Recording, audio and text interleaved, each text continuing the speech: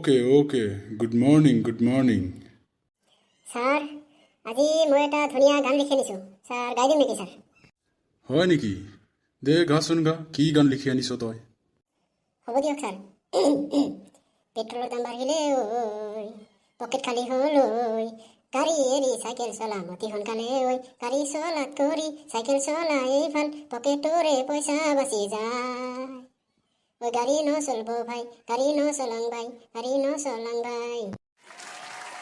সুন্দৰ বঢ়িয়া হৈছে একদম আজিকালি দিনৰ লগত মিলি গৈছে পেট্ৰলৰ যিহে দাম হৈছে তই একদম মিলাই কিনে গান লিখি আনিছ দে বঢ়িয়া ভাল লাগিল দে থেংক ইউ ছাৰ ধন্যবাদ হ'ব দে তেনেহ'লে আজি কেইটামান বহুত সুন্দৰ ভাল প্ৰশ্নৰ দ্বাৰা ক্লাছটো আৰম্ভ কৰি দিওঁ অ'কে ছাৰ আৰম্ভ কৰি দিয়ক ছাৰ ৰাজু নহয় ৰাজু নহয় ৰমেন তই এটা প্ৰশ্নৰ উত্তৰ দিব লাগিব হ'ব ছাৰ প্ৰশ্নটো সোধক ছাৰ মানে চিৰসত্য কাম বা চিৰসত্য ঘটনাৰ এটা উদাহৰণ দে হয় নেকি ছাৰ চিৰসত্য ঘটনাৰ এটা উদাহৰণ দিব লাগে ছাৰ এইখন পৃথিৱীত হাজাৰ লাখ চিৰসত্য ঘটনা পৰি আছে তাৰে ভিতৰত এটা উঠাই আনি আপোনাৰ আগত কৈ দিব লাগে বাছ সিমানেই ছাৰ বুজিছোঁ দে বেছি লেবেল ফালি থাকিব নালাগে বেছি লেবেল মাৰি থাকিব নালাগে তই পটককৈ উদাহৰণটো দে বাছ খতম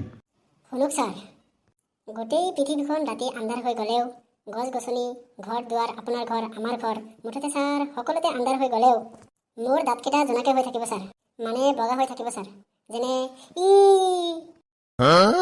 কি তই দেখোন আজিৰ ক্লাছটো একদম জমনি কৰি দিলিহে হয় ছাৰ দেখিছেতো মোৰ দাঁতকেইটা ইমান বগা ছাৰ বেলেগত আন্ধাৰ হৈ যাব পাৰে কিন্তু চিৰসত্যভাৱে মানে মোৰ দাঁত সদায় বগা হৈ থাকিব গতিকে ছাৰ এইটো হৈছে এটা চিৰসত্যৰ উদাহৰণ চালা মহাপণ্ডিতৰ উদাহৰণ হন কি উদাহৰণ দিছ তই এইবিলাক তাকেই ছাৰ আমিও দৰ্শক হিচাপে উদাহৰণটো ভাল পাইছোঁ বাৰু কিন্তু ছাৰ আপুনি আজি বহুত বেছি এক্সাইটেড হৈ গৈছে যে বেছি এক্সাইটেড হোৱাটো ভাল কথা নহয় নেকি ছাৰ কি কলি তই ন ছাৰ মই বেলেগ কোৱা নাই মানে আমাৰ ৰমেনে যিটো উদাহৰণ দিলে সেই উদাহৰণটো বহুত ভাল লাগিছে ছাৰ সেইটো কৈছোঁ হয় নেকি সঁচাকৈ ভাল লাগিল দে ৰমেনৰ পৰা শুনিম কিন্তু তাৰ আগত ৰাজু তোক এটা প্ৰশ্ন সুধিম অ'কে ছাৰ তই কচোন যে উকনিবিলাকে কি খাই জীয়াই থাকে উকনিবিলাকে কি খাই জীয়াই থাকে এই যে কলা উকনি আমাৰ মাথাত থাকে যে মূৰত তাৰ কথা কৈছে নহয় জানো ছাৰ আপুনি হয় বোপাই তাৰ কথাকেই কৈছ এই উকনিবিলাকে কি খাই জীয়াই থাকে ক ছাৰ উকনিবিলাকে মাছ মাংস ভাত পানী গাখীৰ কণী ফল মূল শাক পাচলি সকলোবিলাক খাদ্য খাই জীয়াই থাকে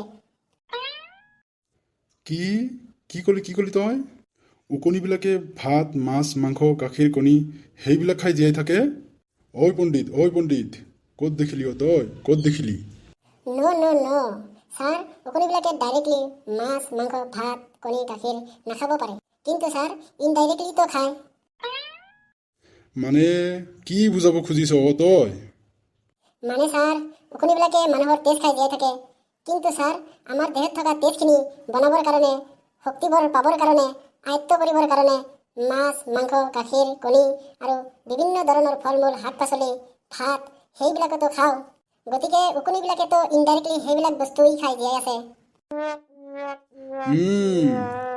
কথা মানে সেইটোহে হয় ছাৰ ডাইৰেক্টলি ভাত মাছ মাংস কণী গাখীৰ নাখাব পাৰে কিন্তু ইনডাইৰেক্টলি সেইবিলাকেই কটিয়াই আছে মানে এইটো আকৌ কি শব্দ কি ভাষা কৈছা তই ছাৰ এইটো গাঁৱলীয়া ভাষা একদম খাটি গাঁৱলীয়া ভাষা কটিয়াই আছে মানে খাই আছে আচ্ছা খাই আছে হ'ব দে তই ডাইৰেক্টলি ইনডাইৰেক্টলি হ'লেও কি বুজাইছ মুঠতে কিবা এটা উত্তৰ দিছ হয় ছাৰ ডাইৰেক্টলি ইনডাইৰেক্টলি হ'লেও মই কিবা এটা উত্তৰ দিছোঁৱে উকনিবিলাকে মাছ মাংস ভাত গাখীৰ কণী এইবিলাক খাই জীয়াই থাকে মানে মানুহৰ পৰা তেজ খাই জীয়াই থাকে উকনিবিলাকে মানুহৰ মাথাত ঠাই লয় আৰু যাৰ চুলি বেছি হয় সিহঁতৰ মূৰত বেছিকৈ উকনিবিলাকে ঠাই লয় মানে মানুহৰ মাথাত বেছিকৈ চুলি থাকে সেই চুলিবিলাকত থাকি ভাল পায় গতিকে তেওঁৰ পৰা বেছিকৈ তেজ আয়ত্ব কৰি লয় খাই পেলায়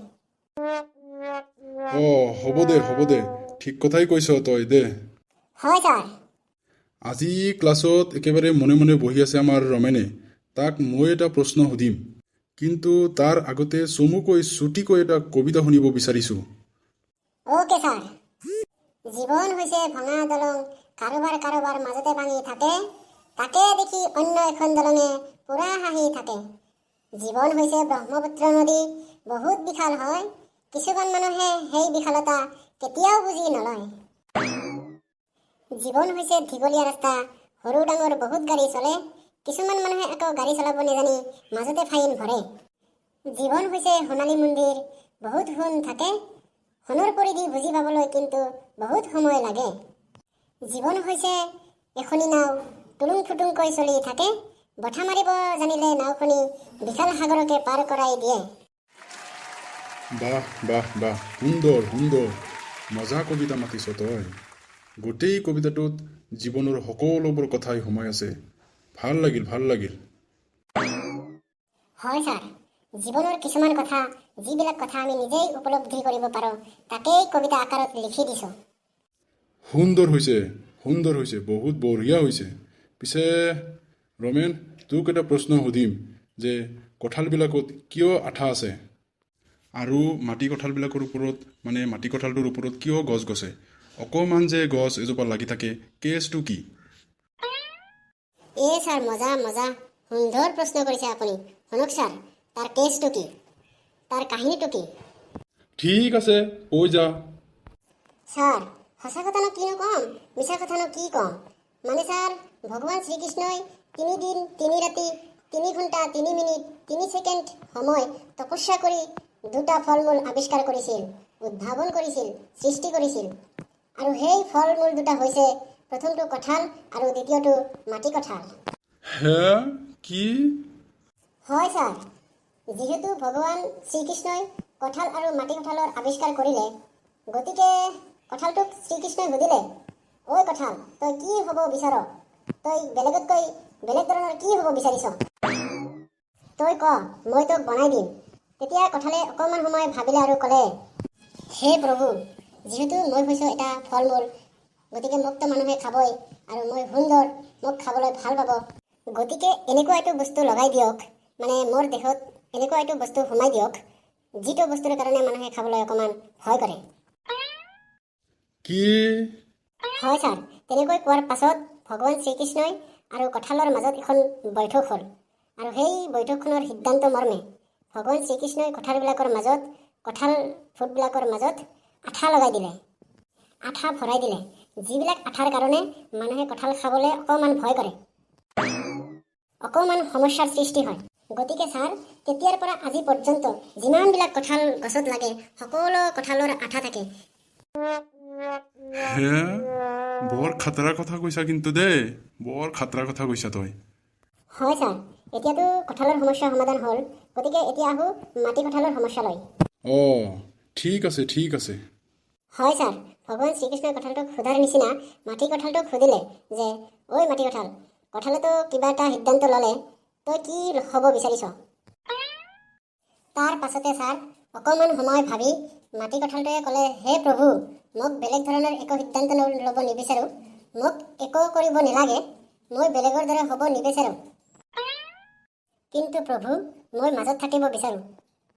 মোৰ তলতো কিবা এটা থাকিব লাগিব, মোৰ ওপৰতো কিবা এটা থাকিব লাগিব, মুঠতে মই মাজত থাকিব বিচাৰোঁ। কেছটো সেইটোহে।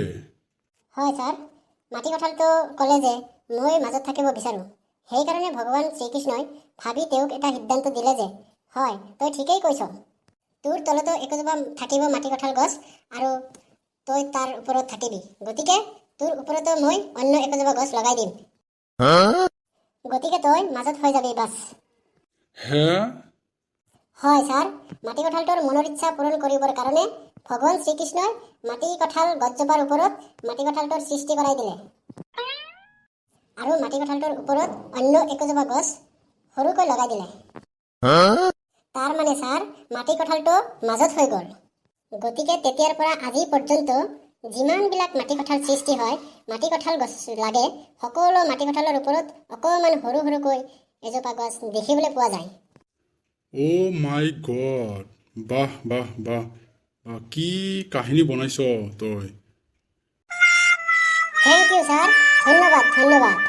ৱেলকাম ৱেলকাম ৱেলকাম ভাল ভাল ভাল সুন্দৰ সুন্দৰ সুন্দৰ ঠিক আছে মনে সজাই সজাই সুন্দৰ কাহিনী কলি দে হ'ব দে আজি ক্লাছটো ছুটি ওকে স্যার।